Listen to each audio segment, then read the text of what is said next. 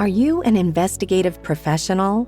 Did you know you can find the best private investigator resources using investigatorstoolbox.com? This resource community was built exclusively for licensed investigators and investigative professionals. You can network directly with members, educate yourself through free webinars and blogs, and even create your own customizable research library. Membership starts for as little as 49 cents a day. Download the Investigators Toolbox app or visit our webpage at www.investigators-toolbox.com.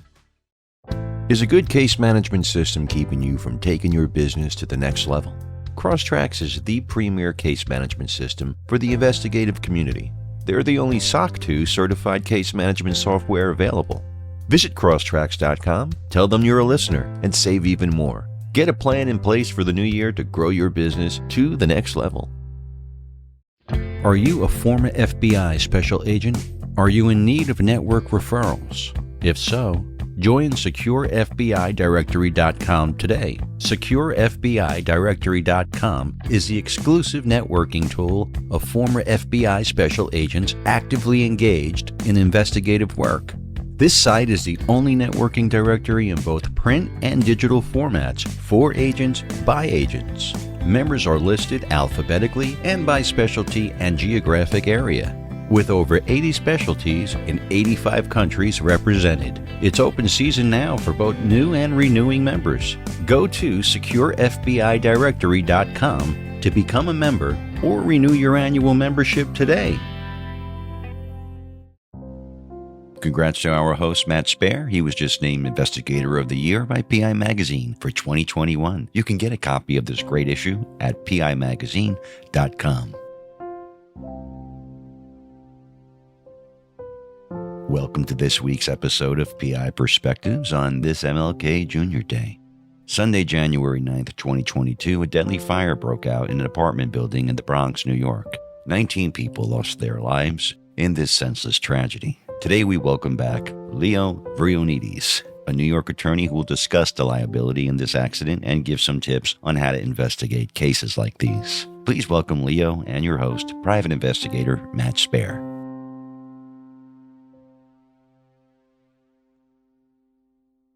Welcome, everybody, to this week's episode of PI Perspectives. This is Matt Spaier, your host. Today, we're joined by, I feel like, our resident counsel. So I want to invite Leandros Vrionedes back to the program. Leo, how are you? Hello. All good here. Yeah, thanks for coming on. You and I were chatting yesterday, and the big news in the city, in New York City these days, is this horrible fire that happened on Sunday. Tragic. Yeah, tragic. Where depending on the reports you read, I think it's 19 or 17 people had passed away, and some children and things like that. So it's just a terrible thing that happened. So I wanted to have you come on here and just talk about it from a legal perspective or a investigator perspective, because it is quite a big topic here in the tri-state area, and just kind of get your 2 cents on it. So we haven't talked to you in a while. So how was the rest of your year? Tell me before we jumped in. What have you been up to? COVID. Yeah, COVID. It's been a COVID year. Knock wood, I've been busy. The courts have tried their darndest to move cases, and they're still trying. And we're just working a bit harder just to get them all going so we can end our cases earlier. Right. But otherwise, it's still going. Yeah, that whole on again, off again. We're going live with trials. Now we got to postpone, and it's been crazy. And even with regards to depositions and notaries online, there was recently a big bill that was signed by the governor to allow that to be done on a permanent basis, which I think is pretty cool for you guys. Yes, it's great because now we can, my office personnel can notarize persons who are in another county just by a Zoom conference, which is great. Yeah, they just have to be in the state of New York. I think that's exactly the only deal. So that's good. Not so great for the investigator, but good for the attorney.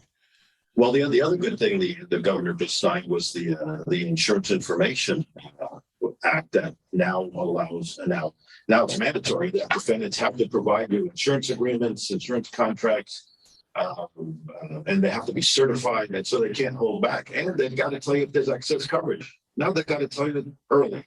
They can't wait until the end or just before trial, or not even at all. Yeah. Now they have to tell you whether they have excess coverage, which is fantastic for us. Yeah, and here's where that comes in on the investigative side. Just because they tell you they have the coverage doesn't mean they're going to tender the coverage. Well, So once you know what you're dealing with, there's a good chance the attorney-client will be willing to spend money to work the case up if there's a good policy behind it, right? sure, absolutely, absolutely. Yeah, so that's actually good news. Yeah. So let's jump into this issue here. So just let's get into the facts of what happened, right? So this was it would have been the 9th of January when this happened up in the Bronx, New York, with a big building where a fire Multiple dwelling, yes. and multiple dwellings. So tell me a little bit about what you know about the incident and all. Well, basically, I've just been seeing, I've learned about it on the news, and it's coming down to code violations. It's basically what it's coming down to. And the most glaring one here is that those types of buildings, in fact, in New York City, any building that has 3 or more apartments, dwelling units, must have self-closing doors and fire-rated doors to be self-closing at the entryway of each apartment. And that's basically to stop the fire from spreading, to stop smoke from spreading throughout the building. And in this particular case that happened on the 9th, the majority of the persons died from smoke inhalation, not from actual burns, Right. which, if that door closed, could have saved quite a few people. Yeah. And, if you think about that movie Backdraft, right, you kind of understand how oxygen feeds fires, cause things to spread. And obviously you get those smoky conditions when things are burning. It's really a game changer. I know, speaking from my own personal experience in building a house recently, those fire rated doors, like they're important. You need them, in certain areas, like going into the garage or whatever. But in these buildings, I mean, if they got to be at the point of entrance to each apartment, which I know was one of those issues.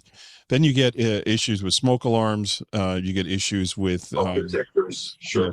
Smoke detectors. You've got fire escapes, whether or not they're up to code, whether or not they're gates and the gates are locked and you're supposed to have easy access to it. Like, these are all factors that I'm sure will be looked at in this instance, right?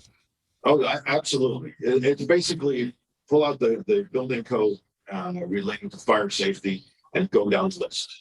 And everything from fire extinguishers to self-closing doors, fire-rated walls, fire-rated sheetrock, the exit stairway doors, what they have to be made of. It's all in the code. And if the building owners and managers aren't maintaining their buildings to the fire safety code, they can be found responsible for anything that happens there. Yeah, and I believe it's like every 5 years they're inspected. Is that correct? Or I'm not exactly sure of the interval. It might be 3. I'm not sure if it's 5, but it might be 3. Yeah. And for what I'm finding out is that this building also had certain violations relating to fire-rated walls and sheetrock and that kind of thing. That they've been violated. Whether they cured them all is another story. But and my understanding is that when the inspectors go in to look at those things, they also look at the self-closing door issues in each apartment when they go in. But whether or not they got violated for this particular apartment and this particular door, I couldn't tell you at this point. Then I guess the investigation will be ongoing, and the fire department and building department will probably know that pretty soon. Yeah. And as an investigator working on these types of cases, a private investigator, essentially, these records are available as far as the prior violations and things like that, if you know where to look. Exactly. And, you think, oh, I'll just foil it. No, you can't just foil it. You have to foil like the correct place. You got to know the correct place to foil it. Because if you just send a foil out la-di-da-di to the city of New York, they're going to return, nothing found. So actually, when in these cases, it's HPD, right? The housing HPD, HPD would have those records. Yeah, they're the ones that maintain that, and not a lot of people know that. So in doing the investigative work, really learning where to look to find these particular records, and in whatever city you're in or whatever county you're in, these records are maintained if you know where to look for them. Obviously New York City is a bigger animal than, upstate New York. Well, the bureaucracy, there's many more agencies that they have overlapping roles. Right. But generally HPD would have these types of records. Right. You would think like, oh, Department of Buildings, that's where it would be. I'll go and you go online to Department of Buildings and they have a violation, thing you can check online, and you check for violations, and there's nothing to do with fire escapes or fire rated doors or sheetrock or any of that. Right. And you feel like there's nothing there, but obviously you're just looking in the wrong place, right? Yeah, the building department stuff is more structural in the sense of boilers, heaters, elevators, the actual structure of the building itself, garages, basements, and any new permitted work that would need to be done on a building.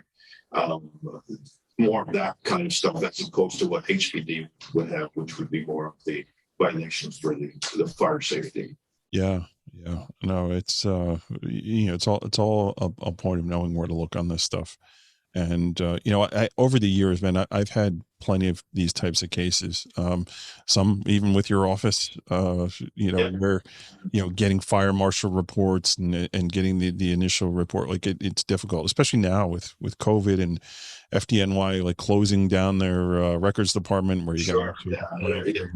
Things did not get easier. Let me put it that way. No. And the odds of you getting a nothing found return are that much greater because people just want to clear stuff off their desk. I'm convinced that happens. Yeah. But you just have to be persistent. The more you bother them, at some point in time, you're going to get what you need. Absolutely.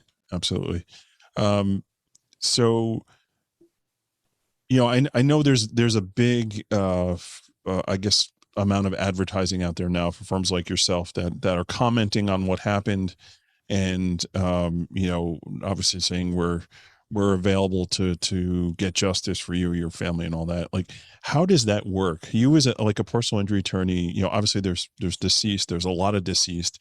Like, how does that whole case look like from beginning? When you say from the beginning, basically, the family or representative would call us. And we basically get involved, start the investigative process immediately. Yeah. So, I guess I should clarify the question. Who are you looking at? Who are we looking at? Right. Well, you see, right off the bat, the news gives you a good idea of who we're looking at. They've already said self-closing door problem. We know it's a landlord management issue. Self-closing door maintenance. Why hasn't that door been maintained?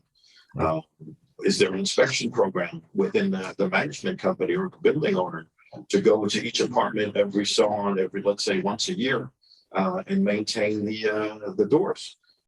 Is there any kind of regimen for inspection that the smoke detectors work? Smoke detectors, if they're not hardwired, they usually run by batteries. And the ones that run by batteries, the code says that once the landlord shows that it's operating, it's up to the tenant then to keep up the battery changes, or at least advise the landlord when the battery does go out. But it still falls on, the way I believe it still falls on the landlord to make sure that all these things are operational. Everything works and is maintained for fire safety, including fire extinguishers in different locations, whether they be in the apartments or in the stairwells. All of these things have to be looked at. And like I said earlier, if you take a look at the fire safety code, it basically tells you what to look for in these kind of cases. When you have something glaring like a self-closing door, okay, you've got that. Let's look at some other things though. Let's look at the smoke detectors. Let's look at what happened in the hallway. Why did the fire spread so fast? Why did the smoke get to all these places? What else happened in the hallway? Were there any other stairwell doors that were left open? What was going on? There are many issues, but the code gives you an idea of what to look at. So the other thing too is this apparently was a space heater that malfunctioned, right? So looking for recalls or any kind of liability on the mechanism itself that failed, that caught on fire is another angle to take a look at, right? Well, sure, but that's probably the more difficult angle in the sense that number one, that thing is probably burnt up. Number two, is it the space heater? Was it too close to something that shouldn't have been? Was it part of the residents' fault of why the fire actually started? Did the space heater tip over? Now many of the newer, actually, most of them, if not all, that are UL listed, if they fall over, they turn off. Right. Was this an older model that didn't have the turn off function? All of these things, I'm sure will all be in the fire marshal's report. Yeah, it's a question of who that belonged to too. Is it something that the building provided for each tenant, or is it something the tenant purchased on their own? I mean, sure. It's kind of a long shot that a building would provide it, but you still got to look at it anyways, right? Consider all possibilities and rule out what's what. Oh yeah. Yeah, absolutely. And honestly, the sooner you can get in to the building, the better. Yeah. And that will lead us to our next topic of how. Yeah. We're going to jump into that. So I want to take a break real quick, and then I want to talk about an experience you had when you first started, like very, very long time ago. Yeah. And then I'll talk about a couple of experiences I had with some different cases too. So everybody sit tight, and we'll be right back. Want full data access without a site inspection? IRB Search gives you full social security numbers, dates of birth, up-to-date contact info, and so much more, without the inconvenience or cost of an inspection. As an added bonus, you can access IRB data on any device in any location. You'll always have the best data anytime, anywhere. Visit irbsearch.com and use exclusive promo code PIPOD2021 for a free trial and 100 credits. Offer available for new and returning customers. Satellite Investigations is the premier investigation resource in New York State. Founder Matthew Spaier was named PI Magazine's Investigator of the Year. If you need investigative assistance in New York State, visit their site at satellitepi.com. Get results, not excuses.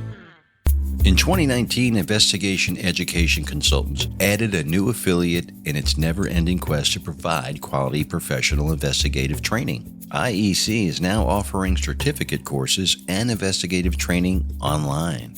Our website, iecoit.com, will soon offer a certificate in professional investigation for those interested in entering the investigative field. There'll be standalone investigation classes for those seeking continuing education credits, CEUs, or just interested in taking classes for their own personal or professional interests. The classes currently available are Foundations of Investigation, Legal Investigation, Criminal Investigation, Fraud Investigation, Background Investigation, Interviews and Statements, Skip Tracing Locates, Ethics, and Report Writing. Investigator Toolbox members will receive a 20% discount off the listed price. So visit iecoit.com. Registration is open for the next Natalie virtual conference. This event takes place on February 11th. Speakers include Marissa Shalin, Nicole Boker-Gray, Marcy Phelps, Patricia Fisher, Brian Chase, and Michelle Stewart. Learn more at nali.com, nali.com. And welcome back to PI Perspectives. This is Matt Spaier, your host. Today we have Leandros Vrionedes with us. We're talking about fires and investigations, fire investigations, and the whole legal process. Leo, I want to welcome you back to the program. Thank you. Thank you. Okay, so before we jumped out, we were talking a little bit about when you first got into the business and a case you worked on that involved with a fire and a fire door. So tell me a little bit about young Leo and how you you got it done. Yeah, young Leo was the premier investigator for this particular small firm that I was working at. I would say maybe, I don't know, close to 30 years ago, or a little less. But what had happened is they were retained by a family whose two children passed away in a fire. And what had happened was, in this particular case, it was in Brooklyn. And what had happened was a fire started in an apartment, and the door, the exit door, the entryway door of the apartment didn't close behind the residents when they left. So when the fire continued to burn, it obviously smoke got into the hallway, and these poor kids ended up dying of smoke inhalation. Right. So that family had nothing to do with the fire. It wasn't their fire. They didn't start the fire. They had nothing to do with it. But unfortunately, their family ended up the victims of the fire. So once we were retained on the case, I began the investigative process. Basically, I was the investigator. Right. And there was no computer system to go pull you. You had to go to the scene. There are no two ways about it. You had to go. So I had my suit on. I go to the building. It was in the middle of the afternoon. All right, how do you gain entry? Okay, many ways to gain entry into a large apartment building. Ring somebody's bell, say you're delivering something, and they'll buzz you in. One way, try the super. But generally, in this kind of case, you may not want to get to the super. They may not talk to you. They may not let you in. They may alert the property management or owners immediately. And then you might not get gain entry at all. Yeah. So if I remember correctly, I might have acted as kind of a delivery guy at that time. Yeah, it's pretexting, man. You were ahead of your time. And gain entry into the building. And I went to the apartment that caught fire. And the apartment was open in the sense there was no entryway door. It did have some tape so no one can enter. But, being the crack investigator I was back then, well, first things first, I'm like, where is the door? So immediately I started taking photographs with an SLR back then, not the phones, with big clunky SLR. Which you had to develop probably, right? There was no digital, exactly. Right? With film. With film. Photo mat and get it done. Exactly. Make sure I had my flash on and everything. Right. And looked at the door. The hinges were gone too. So all there was the frame and the holes for the hinges and no hinges. Because usually these self-closing doors, the mechanisms are in the hinges. Correct. No door. So I made my way into the apartment. It's all burned out. So what am I looking for? I'm looking for whatever the code says. Look for smoke detectors. I looked up to see where they were, how many they were, to see if they actually still worked. And I looked around for fuse boxes. I looked around to see if there were any wires or anything that might have blown in the fuse box. I looked for plug receptacles. Because if a fire started near or at a plug receptacle, you will see the flare up in the black rings around it from the actual fire on the receptacle. And as I was looking for all of this, I was taking photographs of everything that I would see. And as I was doing this, someone walks into the apartment. It was the super of the building. He says, "Hey, what are you doing here?" Now, obviously, I'm sitting there wearing a suit with a camera. I just looked at him and I said, "Hey, listen, we represent the family of the two kids who passed away." Now, the super knew the family. And based on that relationship, he was like, "You know what? Whatever you need, take pictures, but don't hang out here all day." Okay. I said, "No problem." So then I said to him, "Do you know what happened to the door?" And he turned around and said to me, "Yeah." I said, "What happened to the door?" Because I got it in the basement. I was like, "Can you show it to me?" And he said, "Sure." Took me down the basement, and there it was, the door with the hinges. I was taking photographs. I was working the hinges back and forth to see how whether they were actually working or not. Taking more photographs. And he says, I had to respect the man. He said, "Listen, you can't be here too long. Now you've seen the door. You're going to have to go." And I said, "No problem. Thank you very much." Left the building, went right back to the office, made sure a letter to preserve evidence went out immediately. Sure, you had the serial number of that door and everything. Exactly. Right. To the owners and management of that building. And basically, once that door was preserved, we're able to have our engineer look at it and obviously determine that the self-closing mechanisms didn't work. And we did well for that family. Sure. Because But as an investigator, know the fire code. If you're going into a building that had just had a fire, know what you're looking for. If the news tells you what you're looking for, okay, good. That's the first thing. But don't just go with that. Go with something else. Go see if there's anything else that might have caused any other problems, any other maintenance issues, any other omissions by the management, the landlord, or maintenance companies.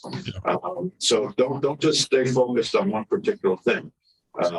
But try and keep your focus on where the money might be, but look around for other things as well, just in case. The other thing now with technology that you got to realize that they're out there, right? So you've got Citizen, right? The Citizen apps.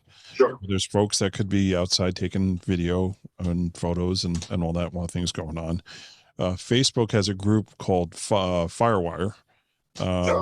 Where they got these firebugs, apparently, these people that listen to the scanners, and when there fires and accidents, they go to the scene and they report on it, which is great. Yeah, you can really get some, this is what it looked like at the time that everything was going down, vantage point. Why is that important?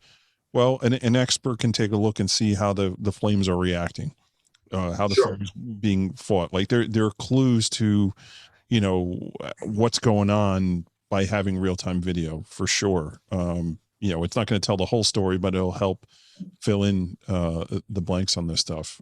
Sure, the fire itself gives you much information.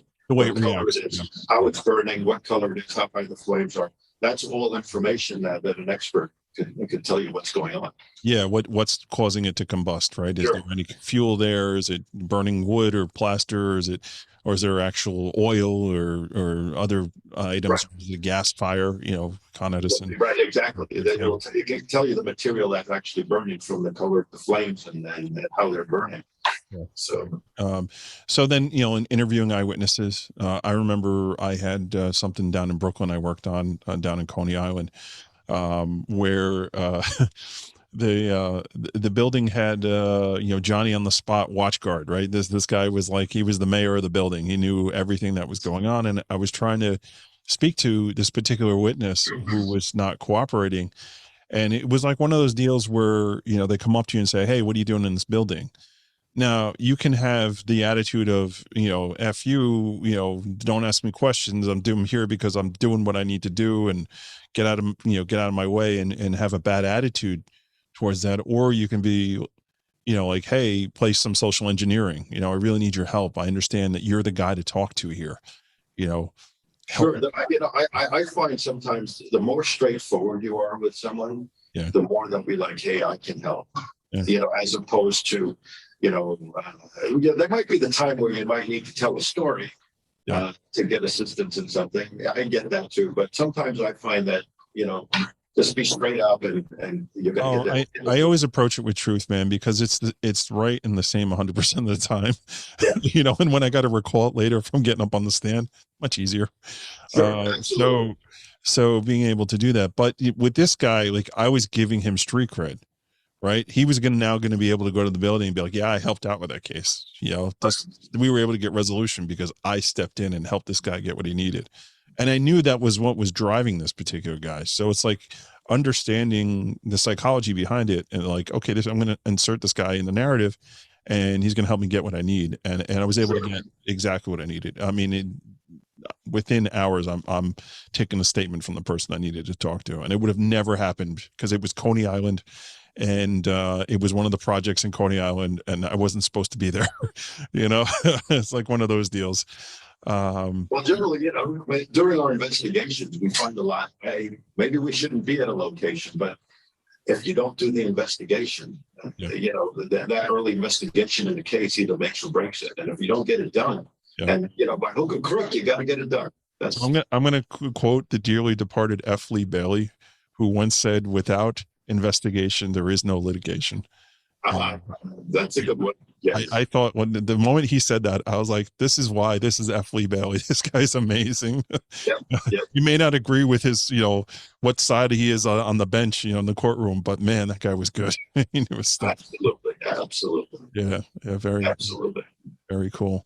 And there are other types of fires and things to look at too. Stoves, we've had a couple. I know I had one or two cases with you, Yes. with stove cases. I've had a few other along the way where, that's more of a product, right? You're looking at why this particular product failed, what caused it to fail. I've had discovery inspections where I've shown up and said, okay, you need to photograph this apartment or the remnants of it. We need to understand how this was cleared out and what was done here, and where are the smoke alarms, right? So I got to make a diagram of the whole apartment, and I got to measure out where each smoke alarm is, where the windows are, what are the escape routes. I know there was one that I had done a couple of years ago where there was a dog had died in the fire, and the freaking carcass was still there, and it smelled terrible. So I'm sure you took your suit to the dry cleaners after that visit to that building. Yes. But the issue is, though, getting in there before they come in white box the apartment. Sure. Yep. Because once they do that, all the evidence is gone. Yeah. And they won't do that until the fire marshal clears it. Yeah. Once their investigation is over, then I've known some management companies to go in immediately, and you've got nothing to take a photo of. Yeah. That's why the sooner you can get in there, the better.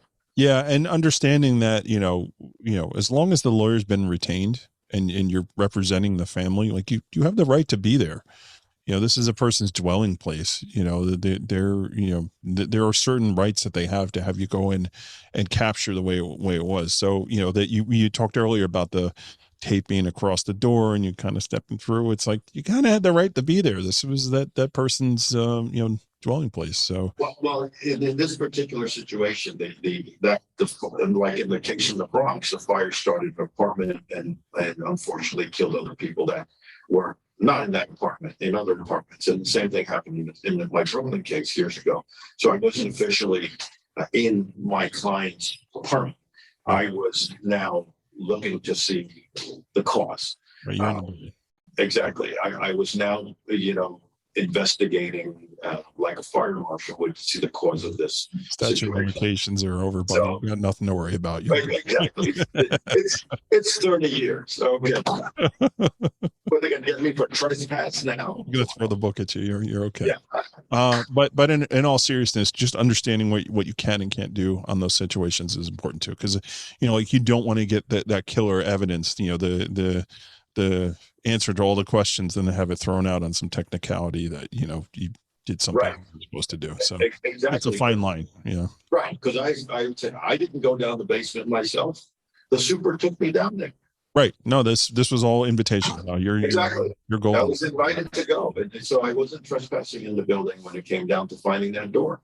Right, and this goes back to social engineering too, right? So you never know how someone's going to react unless you ask that question, or when you present it in a sense of authority too, like, oh, I'm going to need to see that door. Right. Oh, okay. Generally, a little authority goes a long way. Yeah. Especially, in a situation like that, something tragic just happened. Everyone feels for this particular family. So what can we do to help? And then when you give it a little nudge with a little authority, it's like, okay, yes, sure. Right. No problem. Right. So So they're all different things to look at on this and different ways to approach it. My one suggestion, if you are an investigator working on these types of cases, is just take your time and really go in with a game plan. And really, this is one of those, all right, I got to have the methodology planned out of how I'm going to attack this, and almost have like a checklist to make sure that you're covering everything, and let the evidence take you where it's going to take you, and explain that to your client. They may have a budget on something, but these cases are potentially huge cases, and if you can connect those dots for them, to me, I look at this tragedy in the Bronx, and one of the first things I as an investigator in personal injury for the longest time goes through my head, like, man, I hope there's insurance on that building. Well, I'm sure there is on this one. Yeah. But like you said, the methodology. Look at the fire safety code. Yeah. Tells you what to look for. You can look at it before you go in, make your checklist. Okay, am I looking for receptacles? Am I looking for, am I looking for smoke detectors? What am I looking for? And the safety code will give you a guide as to what to look for. Right. And how to approach it and all that. And yeah, just take your time and go through and, cross off those check marks as you're done. And, Sure. you just do your due diligence. And sometimes you get what you're looking for and sometimes you don't, but at least you know that you made the effort. I remember there was one years ago too, where, this was interesting. This was a fire started by kids in foster home, and he had lit a mattress on fire intentionally, and the whole apartment caught on fire, and I think 2 people died. And this kid was a minor who became an adult and whatever, ended up in the prison system. Like they couldn't find him, so they hired me to find the guy. So I found him in prison upstate, and they're like, we need you to go talk to the guy and get like a statement of what he did. Like, why would he give you a statement of what he did, right? But they're like, okay, all right, I'll go. And I made the trip upstate, and I went to the prison, and I was apparently the first guy like to ever come and visit this guy. And he sat down and he talked with me, and he gave me a statement as to what happened. And, and he gave me a statement. What was important about this statement was this kid was a firebug. This kid, had a history of starting fires, and because he was in the foster home, like the foster system, they were aware that this kid was lighting fires, and they put him in a place and didn't say anything to the family. And that was the gist of it. Right. So having that prior knowledge of this kid with a propensity to burn stuff, who ended up killing somebody and doing it. But I got a killer statement from this guy. It became his best friend. No one visits him. Yeah, and that's the thing. Like, and the thing is, like, oh yeah, this guy Matt's here to see you. Who's this guy Matt? But nobody comes to visit me. All right, I'll go meet with him. And I probably spent 2 hours with him, 3 hours, and it was very interesting. It was almost like cathartic for him too, right? He just wanted to get it off his chest and really just talk about what happened. And there was definitely remorse there. I mean, as soon as I mentioned why I was there and what I needed, he was like, what took you so long? Like, I gotta get this off my chest. So yeah, it was a very memorable experience. I mean, that's what I love about this job. You just never know where it's going to take you and what you're going to That's true. And my client was very happy because not only did I find the guy, I got them what they needed. And I don't know how the case ended up resolving, but I'm sure it was favorable after that statement. So, all right, man, we're going to wind down. I got to let you get back to work and do your thing. Thank you so much for spontaneously coming on and chatting about this. I just I wanted to get some content out there with regards to the investigation on this, because it is a hot topic here in New York. Even though it is nationally, the show goes out nationally. It's worth talking about this kind of stuff. So why don't you tell folks how they can get a hold of you if they have any questions or just very easy. Injuriesandaccidents.com. Or 212-889-9362. Easy to get a hold of. And the main question for this Bronx case is, where is that door today? Yeah. Who has it? Did the fire marshals take it, or is it still in the building? Yeah, definitely. That's something I'm sure they'll get to the bottom of. It's going to be a long time before questions are answered. There's a lot to sift through, but I'm sure they'll get on top of it. So thanks everybody for tuning in. We'll catch everybody next week on the next show. Take care. Thank you. Thanks to our resident attorney, Leo, for coming back to discuss this tragedy. We hope the truth of what happened and finding these responsible could give peace to the families of the people who lost their lives. We also want to thank Crosstracks, IRB Investigation Education Consultants, Satellite Investigations, Secure FBI Directory, and Natalie for sponsoring the show. So please help us support these great supporters. Have you thought about joining Investigator's Toolbox? Now's the time to get on board and join the fastest growing digital community for investigative professionals. This month, on January 28th, Harriet Gold will join Matt on Investigators Insight to do a Q&A on subcontractors. They will also answer all your questions on how to use them or how to be one. This meeting's only available for Toolbox members. Get on board. Investigators-toolbox.com. If you have a question or a comment about the show, email Matt at matthews@satellitepi.com, and you can find him on LinkedIn, Instagram, and Facebook. We want your feedback to bring you the best shows possible, and we'll be back on Monday with a new show, so make sure you tune in and stay safe out there.